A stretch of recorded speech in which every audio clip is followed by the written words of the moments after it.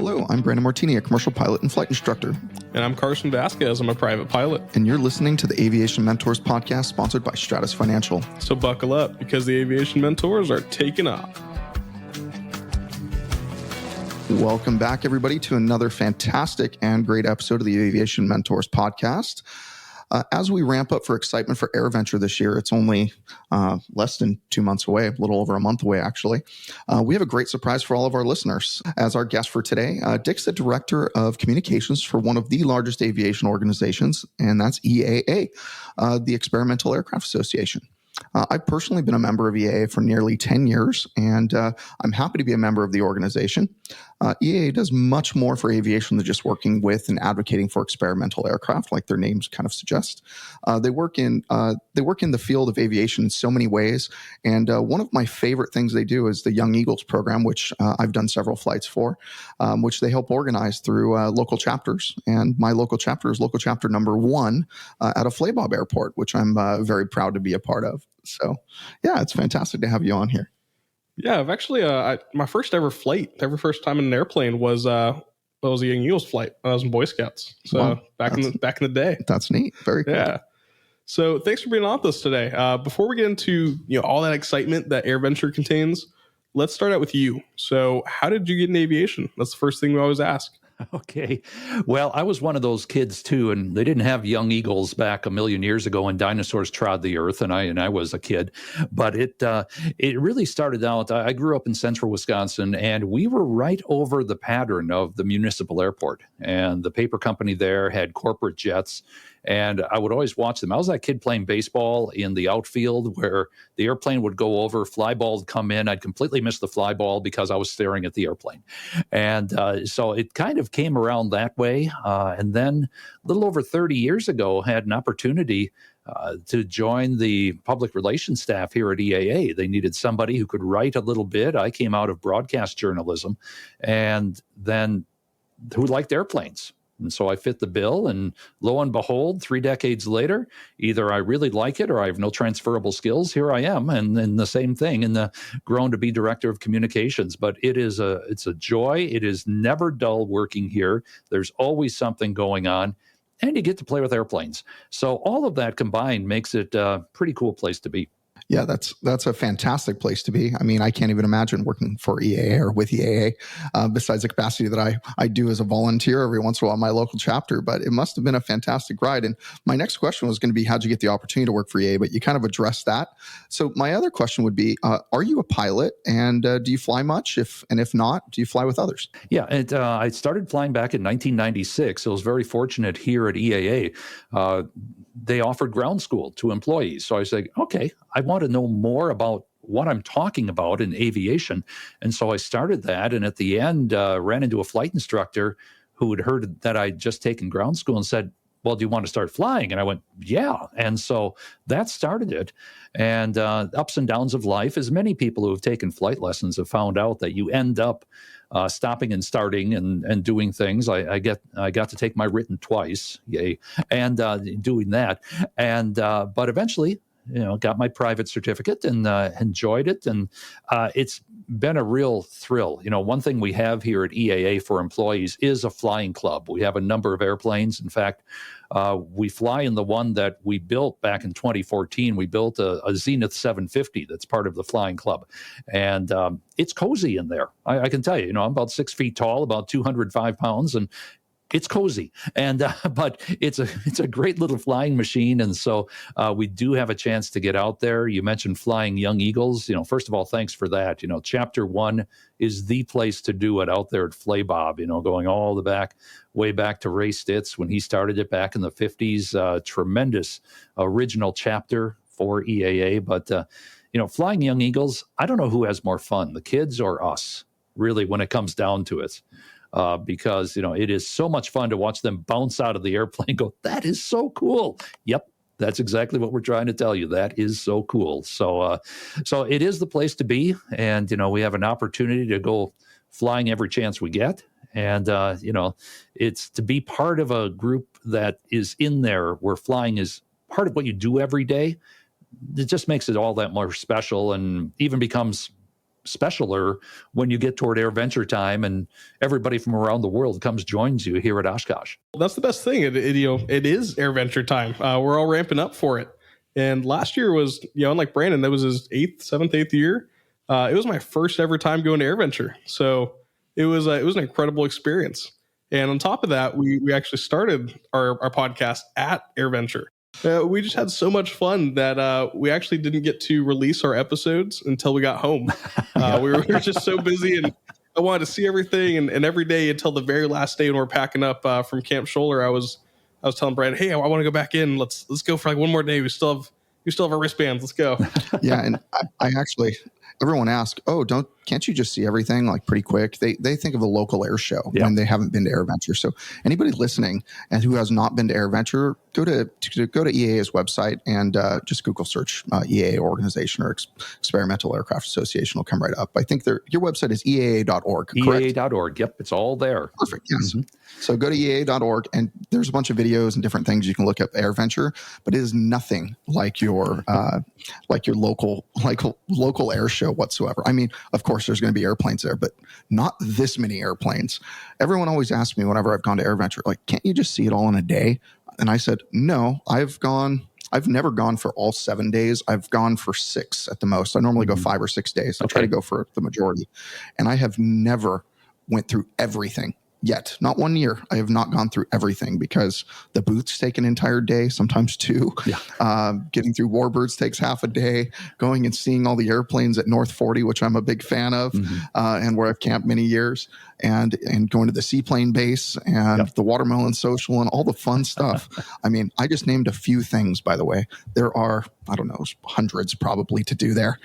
So I've actually never gotten through it in 1 year. And this year, I will be there for all 7 days with the podcast and with Stratus Financial. So I'm excited because we have a booth there this year too. So I don't even know if I will be able to make it really through everything because I'll be working a little bit too for the first time ever, and I won't just be able to go have fun and go hang out in Camp Scholler like I love to do. So, but do you have any stories on Airventure that ring a bell for you? Because I've got one, but I'd love to hear one of yours. Oh man, there are so many because I was coming to Oshkosh before I joined the staff. I came 4 or 5 times, back starting right out of high school back in the late 1970s. And I'll tell that story real quickly. It was our first year, and at the time we still had a separation between you had to be a member or a pilot or a member of an organization to go out on the flight line.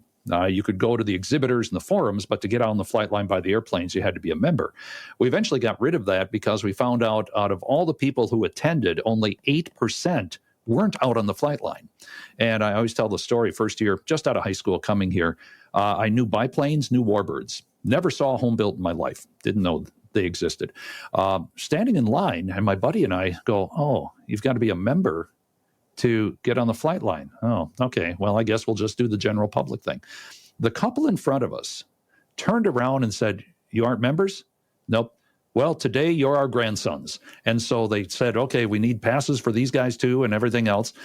Well, thanks so much. Really appreciate it. No, enjoy yourself. Never saw them again. Don't know who they were, never saw them again, but they got us onto the flight line.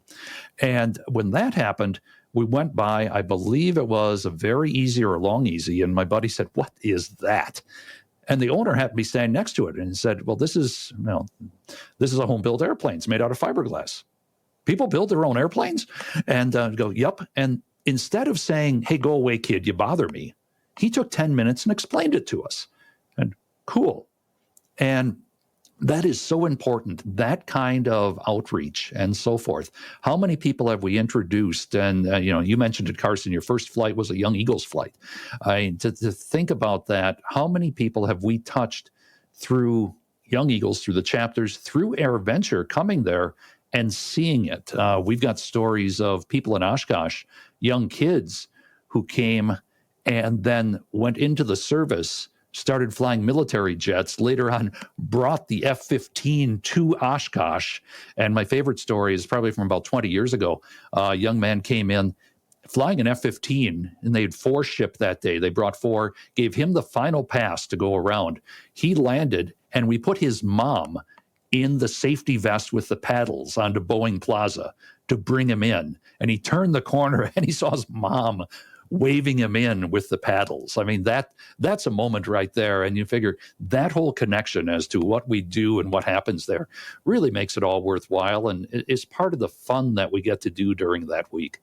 Yeah, that really is really fantastic. I brought my son Austin. He's 12 years old now, but he's as tall as me and almost as big as me now. So he doesn't really look 12. But he's even been on this podcast. He was on like our 8th episode on, we called it, Are You Too Young to Fly? And he talked about his experience landing at McCarran Airport. And he also talked about his experience landing my Icon A5 for the first time unassisted. Because as an angle of attack indicator, it's a lot easier for him to land with. Sure. But one of the highlights of Airventure one time was I met a bunch of other podcasters and different people, and I try to make connections whenever I go to events like Airventure and others. And we ended up making friends with some other podcasters, and they invited us to a party by Jetta Viva at the time. It was before they changed their ownership to whatever it is currently. And it was in Camp Scholler, and I never went to Camp Scholler before, which I'm wearing my Camp Scholler shirt today in honor of this episode that I bought last year. But we went to Camp Scholler and we got invited to this party, and they had a special guest that no one knew about except for a very select few people. And that special guest was actually Bob Hoover, a world-class aviator and airshow pilot. And I've heard of Bob Hoover before, and I've never got to see his air shows because I didn't really go to an air show really until I started learning to fly, believe it or not, in 2013 or 14. So I went and met Bob Hoover after hearing all these great stories about him and watching the videos of him pouring iced tea upside down and all these things. Yep. And my son and I sat right next to him. My son sat on my lap. We took a picture with him, which I still have today. Maybe I'll try to get that posted. And we got to shake his hand. And unfortunately, just a few months later, he ended up passing away. He was getting up there in age. He was born in 1922. I pulled it up for our show notes. January 24th, 1922.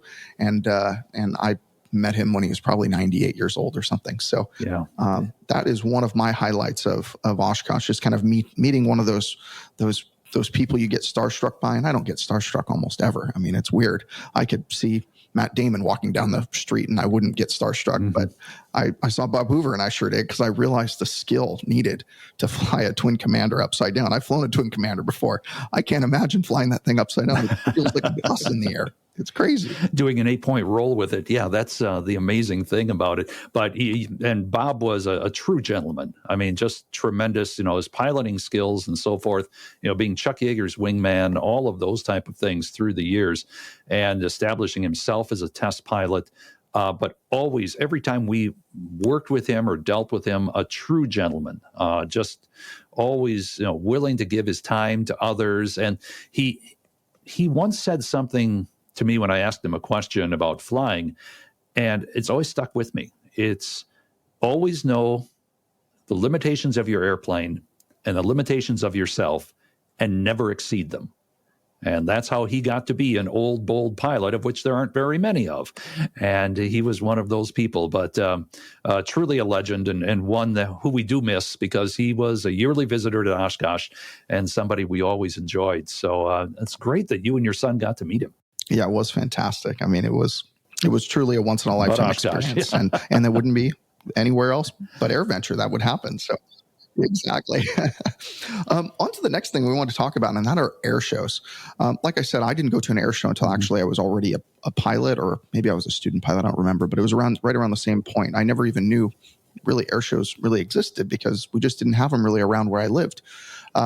But I've always loved air shows, but I've gone to so many of them because I was in the flight school business for a long time, and I went to every air show there possibly could be to go try to recruit new pilots. So I feel like I've seen all the air shows. But at Airventure, I saw an air show that blew my mind, and I still look forward to going to it every single year. And that is the Wednesday Air Show, which unfortunately happened to happen on a Thursday a couple of years ago. I stayed an extra day for it.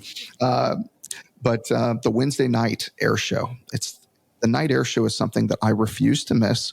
I go out there. Great. I'm really into charcuterie. So we have meat and cheese, and we're all hanging out by the flight line, and we have our charcuterie boards. And my son even says, "Dad, who's making charcuterie boards. And my girlfriend Damar, she makes some fantastic ones. So she's been doing it for the past couple of years. But so we go out there and we watch this night air show with a bunch of sodas and hang out. And it happens to be one of my favorite things to see.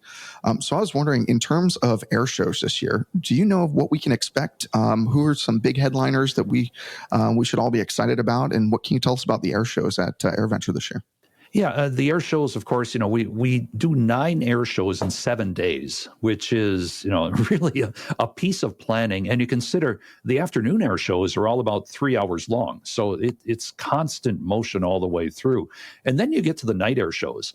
And that is a select group. And we start very early. We start with the ICAST convention back in Las Vegas in December, starting to pull the people together. Who's going to be there? Who can fly Oshkosh? And sometimes we get a lot of people coming up, say, hey, I'd like to fly Oshkosh. Great. Send us your reel. We send some of our experienced airshow pilots out to watch them to see if they're ready for Oshkosh, really, to say it in so many words. But you put the night show together, you've got people such as the Aeroshell aerobatic team, and the T6s do a tremendous job with that. Nathan Hammond, that he does with his skywriting during the day and then performances in the evening, the Redline team in the past. You've got people such as Matt Younkin brings out that Beech 18, and he's got the engine nacelles all lit up, and there's a lot of smoke. And I always tell people who haven't been to a night air show, when you were a kid and it was July 4th and you had a sparkler in your hand and you wrote your name through the air to watch the light trail behind it, I said, imagine doing that with an airplane, with the pyrotechnics on the wingtips and on the belly, and just follow it. The other thing I always love about the night air show is a daytime air show, you've got the perspective of the horizon, the sky, the ground, everything else to give you that frame of reference. A night air show, you don't have that. You see some of the lights on the other side of the airport, but otherwise it's blackness or grayness and so forth. That's all taking place back there. So you're focused on the airplane, its maneuvers, the music going with it, and so forth. One of my favorites from the night air show had to be Bob Carlton in the glider. It was just tremendous. It was a jet-powered glider, used the jet engine to climb, and then the sailplane aspect of it after that. And he had the music playing, and all you heard was the music and the air going over his wings. And, people were simply transfixed watching that. And I had a chance to talk to Bob the next day and just go, wow.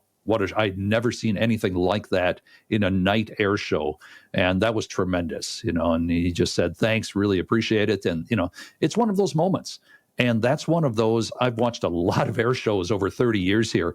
That's one of those, my mouth was hanging open and I almost walked into somebody because I was so transfixed watching him at that time. The night air show is really, I don't know, you put it into such eloquent words, and I'm just still in awe from it. And I've seen it, 8 or 10 times. I really like that. What's that single jet airplane called? Single engine, single jet, just. Oh, the subsonics? The subsonics. Yep. That one happens to be one of my favorites because they put so many fireworks and lights on this little baby airplane. and I think it's a blast. I want to buy one just because I want to fly a little baby jet.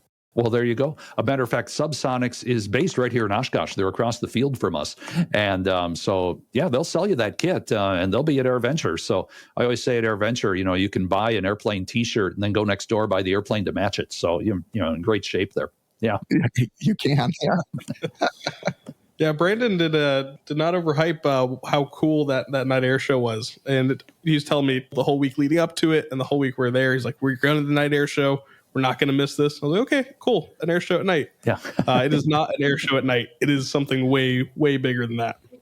And there's also one big thing at the end that I'm going to leave for everybody as a surprise. If you want to break the surprise because you can't go this year or something, you can go on their website and go look at it. But if you are going, I'm not going to ruin the surprise, but it's at the end of the night air show and it will blow your mind. It is amazing and awesome. So make sure you're there for the night air show. Don't go walk to your car early or walk to your airplane or your hotel early. Stay until the very last literal second and get a beautiful surprise. When I was saying, we did the first night air show, it was 2010. And I remember when we were planning that and we all looked at each other and said, You think anybody's going to stay on the flight line to watch this thing? We didn't know. We hadn't done one. That night, we had 25,000 people there. It was Saturday night. We only had the one at the time. And a couple years in, people said, hey, I have to leave before the end of the week.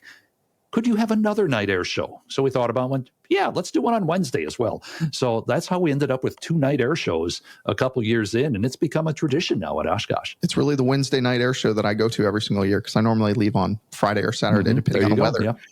And that's a Wednesday night one that I like to see. I'm just happy this year I'm going to get to see 2 of them, Wednesday and Saturday. Yep. Well, as much fun as the night air show is, my absolute favorite thing, and I'm pretty sure everyone that listened to our Sun Fun episodes is very aware. I love seeing the warbirds, and it is my favorite place to hang out, favorite place to go. And I know that Sun Fun had a lot of warbirds in their warbird country, but nothing compares to the amount at Airventure. There's just no way that anyone could beat how many cool planes are there. Yeah, thank you. Do you know of any particularly awesome ones that are going to be there this year? Well, this year we're really excited. We're having a Corsair reunion. And, there are only about 20 to 25 Corsairs left flying in the country. And we hope to have half of them here for that. We're doing something very special. Last November, of course, the movie Devotion came out, talked about Thomas Hudner being awarded the Medal of Honor for his work with Jesse Brown, who was the first Black naval aviator. So we're going to have the Corsairs there at our fly-in theater in the evening. We're going to show Devotion on, I believe it's Friday night, and we're going to have Thomas Hudner Jr. and Jamal Wright, who was the grandson of Jesse Brown, there to help introduce the movie. It is something we're looking forward to put that together. We've got aircraft from the Vietnam era, including one of my favorite. It's a cargo airplane. It's called the Thunder Pig. And it's a one and only one of its flying. I think it's a C-123, and it's from Fairchild. And a group in Pennsylvania has restored this airplane, and they're coming in with it. So that will be there. We'll have the MiG-17 jets there. If you're a Warbird fan, really recommend twice a day during the week, we have Warbirds in review. So you can come there, and for instance, they'll pull in a P-51 Old Crow, and Bud Anderson, at 100 years old, will be there talking about it. We'll have aces from the Vietnam War there. We'll have some pilots from the Korean era who flew Corsairs in combat. They'll be there. And that's at 10 o'clock in the morning, 1 o'clock in the afternoon up in the Warbirds area. So, there are bleachers there. Come on down. It's a piece of history that you'll get here firsthand from the people who flew those airplanes. And so, come on out and do that. We'll pull in a B-25 with a B-25 pilot there. I think John Luckadoo from World War II is going to be there. So, those type of things are those only at Oshkosh moments that you come in and say, this is a gathering that you just don't put together anyplace else. It's there. So if you're a Warbird fan, it's the world's largest annual gathering of Warbirds. About 350 to 400 of them come there, and you get to see them all and walk right up to them, talk to the owners, talk to the pilots. That's one of the unique things about Oshkosh that makes it, Oshkosh. Big time. I mean, I didn't go to the Warbird section until my 3rd or 4th year at Oshkosh because I was really into seaplanes and different things like that. Still are. I still am. Yeah. I got my Albatross G111 type maybe a month or 2 ago. Excellent. I really did the flying for about 6 months ago. I finally got the sign off. The thing. Yeah. Went and did the paperwork, right? Yeah. Well, Oshkosh is a place you're going to find someone else with that same type rating, like we were talking about. I know. I gotta go meet up with somebody over there. Yep. I gotta find them. But that's kind of a warbird. That Albatross is semi-warbird, and then I've owned a T-28 in the past. Oh, okay. Unfortunately, I never flew it because it was a B model, and you needed a type rating. So I bought it really to buy, fix, and sell a while ago. But I did get to taxi it around, and I got to learn all about the radial engines with that airplane. And it was a fantastic plane to just even have sitting in my hangar. Whenever we'd have a party, people would be taking pictures with it, and it was really a lot of fun. And then, lucky for us in Southern California, we have the Planes of Fame Air Museum here at Chino Airport. Beautiful museum. It is, yeah. So we get to see a lot of warbirds there. And there's also another one called Yanks Air Museum, who just did a party actually for my business group the other day, which was fantastic. They showed us all the warbirds, and I can't think of the guy's name who showed us around, but he did a fantastic job there. But we just have so many warbirds and kind of in our backyard. And then we also have, I'm not sure the place, but here in Santa Ana Airport, SNA, there's another place as well next to Martin Aviation. So we've got a lot of great warbirds that we get to look at here, but for some reason, I don't go look at them that often around here. But when I'm in Oshkosh nowadays, I'm going to go look at them a lot more. I'm also missing one thing whenever I go to Oshkosh. I spend a lot of time in KidVenture with Austin, but I've never gone over to the warbird section and done their little tram ride. I've tried 2 years in a row, and for some reason, I've always missed it. Can you tell us what the key is so we can actually get in on that little ride and go see all the warbirds? Yeah, and they put this together probably about a decade ago. They started doing it because so many people came up and they wanted to see the warbirds, but they didn't have an organized way to do it. And so some volunteers put together this tram tour. And I would say, get up there fairly early in the morning, check out what time they start the tram tours. If you're up there by about 8 o'clock or so, just ask, hey, when's the next tram tour coming up? Because certainly you can spend a little time just wandering among the airplanes and so forth, and then take the tram tour. And usually when you get done, you'll be getting pretty close to the morning warbirds in review session. So you can attend that and then, start making your way back down the flight line again. So I would recommend that. Anybody who's not been in the warbirds area, I'd recommend hopping on that tram and getting the whole thing. Vic and the crew up there do a tremendous job putting that together. And again, they're all volunteers. And that's kind of the magic sauce of Airventure, the 5,000 volunteers that come here and do everything from paint picnic tables to park airplanes. And a lot of them take their own vacation time to come up here and volunteer. We couldn't do it without them, but they take the event very much to heart and say, it's special to us, so we're going to make sure it's done right. And love talking with the volunteers and what they've been up to throughout the entire year until they come back to Oshkosh. Speaking of the volunteers, there's going to be a lot of people who are going to be attending Oshkosh for the first time this year, and ones that have been for several years. If somebody wanted to volunteer, I saw it on the EAA website. I think I saw something on top. You can click a link. But is there a better way they can contact EAA if they want to volunteer or learn how to volunteer? Or can somebody pick their position? I know I would always want to drive those little red, yellow, and green tour buses around. Yeah. I think that would be fun for me. It's just the one thing that I'm like, oh, that would be so much fun. And you get to be a little tour guide on the back if you want to. Yeah. Not that I like talking or anything. Yeah. But is there a way that somebody could learn more about volunteering and at Oshkosh or Airventure? Yeah, you mentioned it. Go to the website where we have it's updated weekly about the volunteer positions open. So that's definitely a possibility. You can come in there and kind of pick what you'd like to do and contact that volunteer area chairman and start that conversation going. Also, if you get here and you need it, and let's say you're staying in Camp Scholler, there's the Volunteer Center, which is right by the Red One store, the big Red Barn grocery store at Camp Scholler, and they have all the listings of all the volunteer positions that are available during the week. And those things change. Sometimes people have to leave early, or a new project came in and they have to do things. And so there are always volunteer positions available. And most times in almost every area, if you're interested in the warbirds area, head up to warbirds, say, hey, I'd like to volunteer. What do you have available? It might be anything from, sweeping out the pavilion to, setting up merchandise to things like that. But you get to be a part of it. And what often people come back year after year is it's more than just an attraction. It's more than just an event. They're participating. Now they become part of the family. And they meet the other volunteers, and you meet friends. And Paul Poberezny always said, people come to the fly-in for the airplanes, but they keep coming back for the people. And you really do learn that. Every year I come back and I see people I see once a year. I see them at Oshkosh, and we pick up our conversation exactly where we left it at the end of last July, and just, what's going on and so forth. And always look forward to that. And looking forward to again as we get closer to Airventure. I really appreciate you being on with us today. With 40 days to go, and by the time this gets posted tomorrow, it's going to be 39 days to go. Not that I'm keeping track or anything, but we're feeling the excitement for it, and we're getting more and more amped up every day. And when we're going to have a booth there at Strass Financial, booth 1053 and 1054.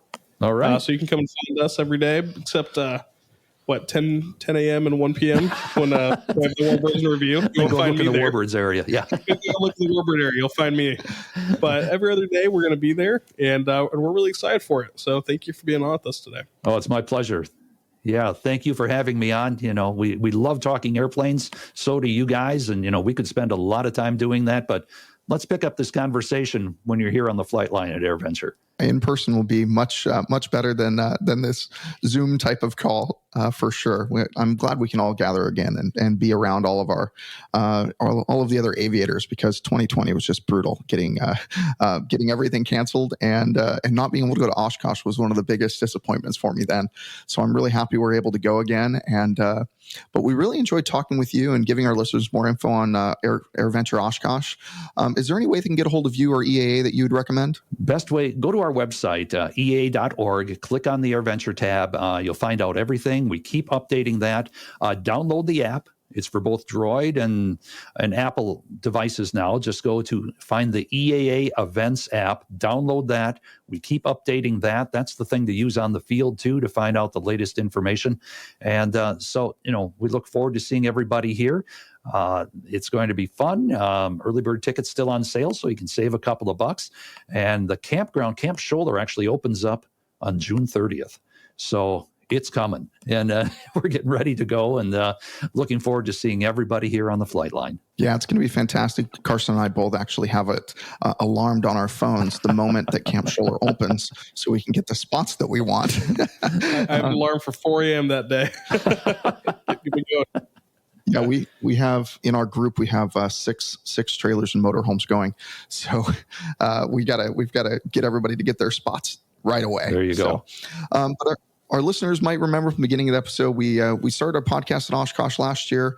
Carson and I are recording Camp Scholler, practicing our intro and our cadence, and learning really how to do this from scratch. I mean, I guest hosted a few podcasts before, but in reality, I'm just a flight instructor and a business guy.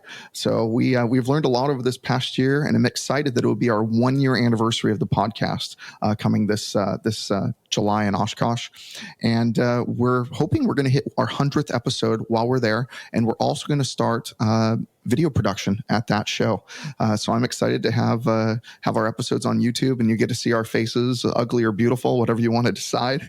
But it's going to be a blast. So if you'd like to reach out to either one of us, you can reach us at Twitter, Instagram. For me, it's at Mr. Martini Guy. For Carson, it's at Carson_AV17. You can also reach Dick via EAA website, like he stated earlier, at EAA.org. And of course, as we prefer, you can reach out to me via email, Brandon@aviationmentors.com or Carson@aviationmentors.com. And as a wrap up for the day, remember, we're here to guide you in your aviation journey. So fly safe and enjoy the ride.